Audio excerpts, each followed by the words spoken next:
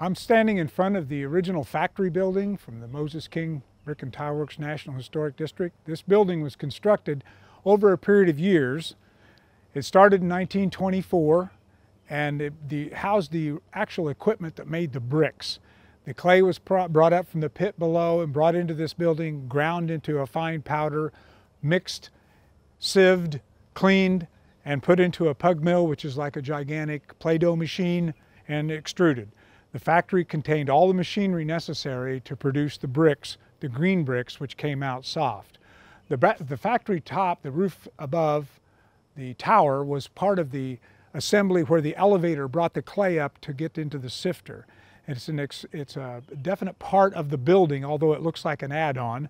The rest of the building housed a machine shop behind me that actually was working on, mostly on repairing the machines that were actually working on the clay.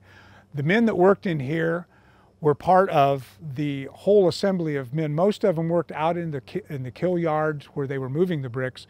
These individuals were considered the engineers. The building, when we got it, was in terrible shape in 1994, and we put the shingles on it that are currently on it right now 20 years ago. And now they are in terrible shape. The roof is leaking, and our whole focus now is to try to save this building.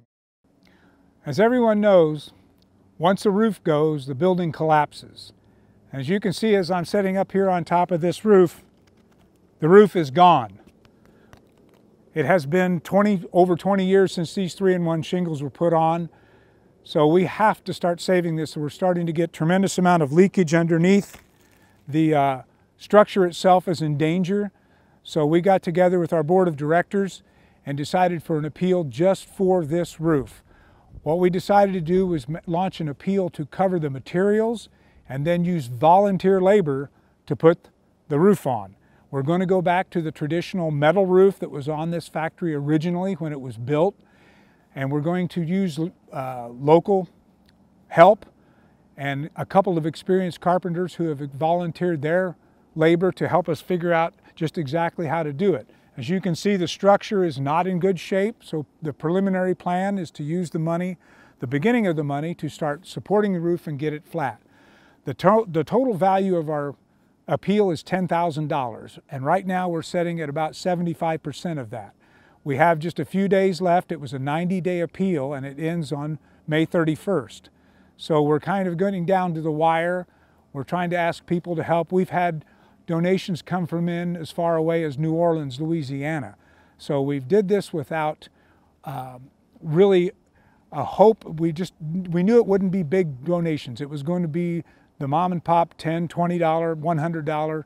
We started out saying that if we got 10 donations of $1,000, then we're done. Well, that didn't quite work that way, although we did have a donation of $1,000. So it's really a long-term fix for this roof. We want to get this thing in place yet this year so this doesn't have to weather another winter and fall further apart and cause structural damage beyond what is already here.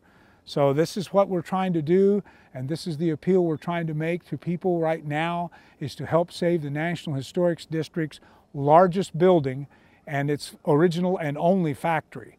That's where we're here, and that's what we're needing the help to do. We appreciate it. Thank you.